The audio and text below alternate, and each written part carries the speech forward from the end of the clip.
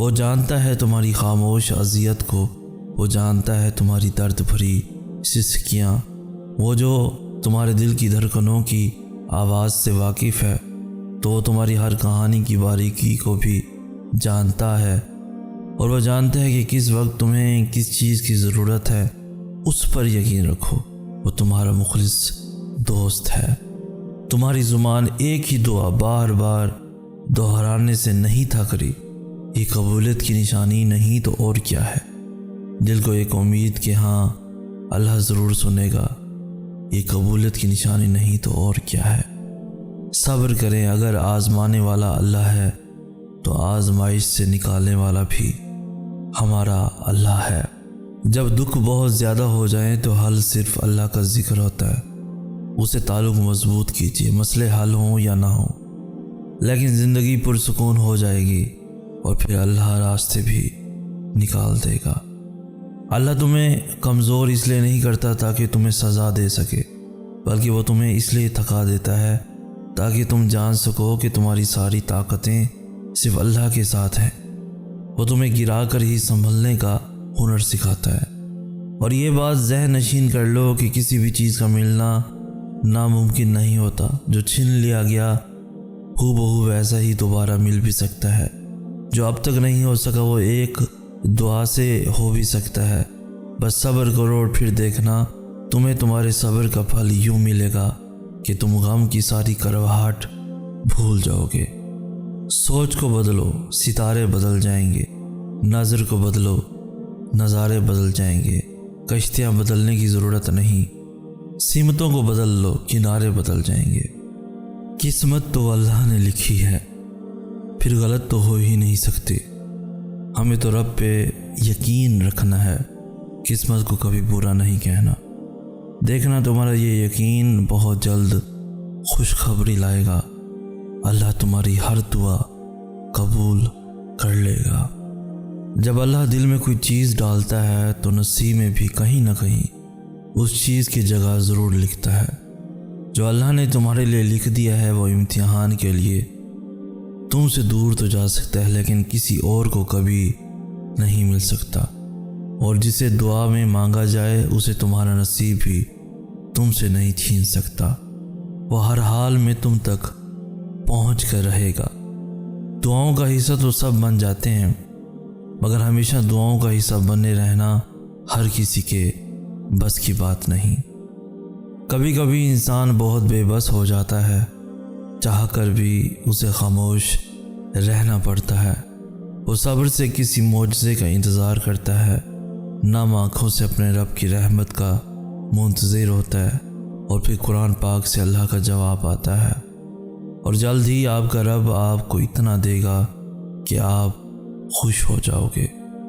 عین ممکن ہے کہ تمہاری دعائیں قبول ہو چکی ہوں، اللہ کی مدد بس پہنچنے ہی والی ہو، تم اپنی منزل کے دروازے پر موجود ہو، اور بس اب دروازہ کھلنے ہی والا ہو۔ یقین کرو اللہ تمہاری راہیں بہت جلد آسان کرنے والا ہے، تم بس مایوس نہ ہونا۔ تم کہتے ہو کہ درد اب برداشت سے باہر ہو گیا، اللہ فرماتا ہے کہ وہ کسی جان پر اس کی طاقت سے زیادہ بوجھ نہیں ڈالتا۔ تم کہتے ہو کہ یا اللہ میں ہی کیوں، وہ فرماتا ہے کیونکہ میں تم سے محبت کرتا ہوں، اور اللہ جن سے محبت کرتا ہے ان کو ہی آزمائش میں ڈالتا ہے۔ پھر مایوس مت ہو، دل سے نکلی ہوئی ایک دعا ہر گمان کو یقین میں بدل دیتی ہے، اور اللہ تمہیں خواب تب دکھاتا ہے جب وہ ان کی تدبیر پر راضی ہوتا ہے، ورنہ اگر اس نے تمہیں وہ نہ دینا ہوتا جو تم مانگ رہے ہو تو کیا وہ تمہیں کبھی دعا کی توفیق دیتا؟ تمہاری دعا قبول ہوگی، اور بہت بہترین طریقے سے قبول ہوگی، اور پتہ ہے یہ اجر اس صبر کا جو تم نے اس دعا کی قبولیت میں کیا، یہ اجر ہے ہر اس پریشانی کا جس کا سامنا تم نے دعا کی قبولیت میں کیا۔ جب ہی تو کہتے ہیں صبر کا پھل میٹھا ہوتا ہے۔ وہ جانتا ہے تمہاری خاموش اذیت کو، وہ جانتا ہے تمہاری درد بھری سسکیاں، وہ جو تمہارے دل کی دھڑکنوں کی آواز سے واقف ہے، تو وہ تمہاری ہر کہانی کی باریکی کو بھی جانتا ہے، اور وہ جانتا ہے کہ کس وقت تمہیں کس چیز کی ضرورت ہے، اس پر یقین رکھو۔ وہ تمہارا مخلص دوست ہے۔ تمہاری زبان ایک ہی دعا بار بار دہرانے سے نہیں تھک رہی۔ یہ قبولیت کی نشانی نہیں تو اور کیا ہے؟ دل کو ایک امید کہ ہاں اللہ ضرور سنے گا، یہ قبولیت کی نشانی نہیں تو اور کیا ہے؟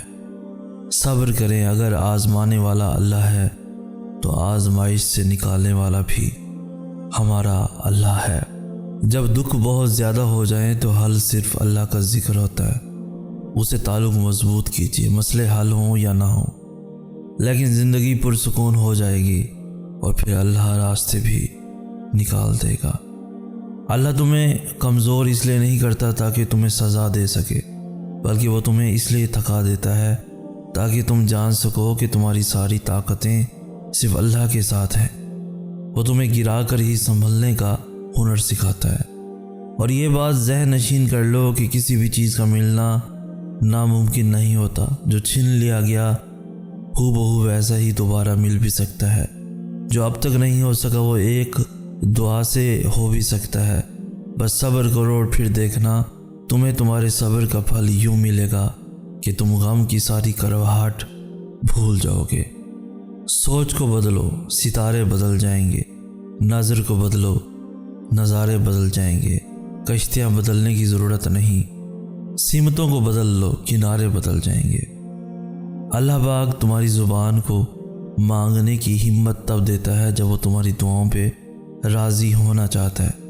تمہارے دل میں بار بار ایک ہی چیز کا خیال آنا اس کی جانب سے اشارہ ہے کہ تم اسے مناؤ۔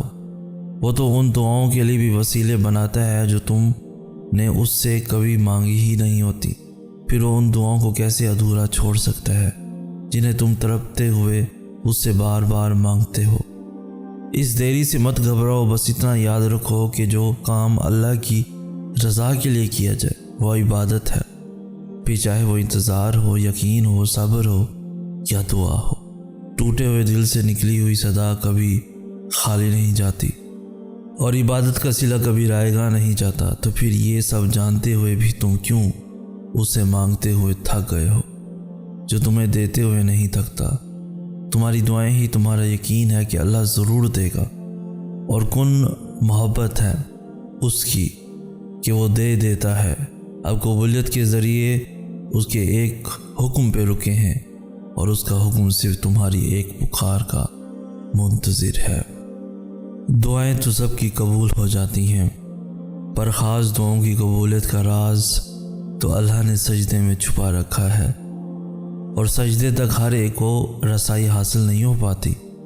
اس مقام تک تو صرف وہی لوگ آتے ہیں جن کی دعاؤں کو اللہ نے نئے سرے سے ان کی پسندیدہ انداز میں قبول کرنا ہوتا ہے۔ اللہ کی عطا کے خزانے تو بے شمار ہیں، اور وہ تو بن مانگے بھی نواز دیتا ہے، پر سجدے کی لذت سے کسی کو آشنا کرتا ہے۔ اور جب کوئی سجدے میں گر کر اپنا آپ اللہ کو سونپ دیتا ہے تو پھر اللہ اس کے لیے کافی ہو جاتا ہے۔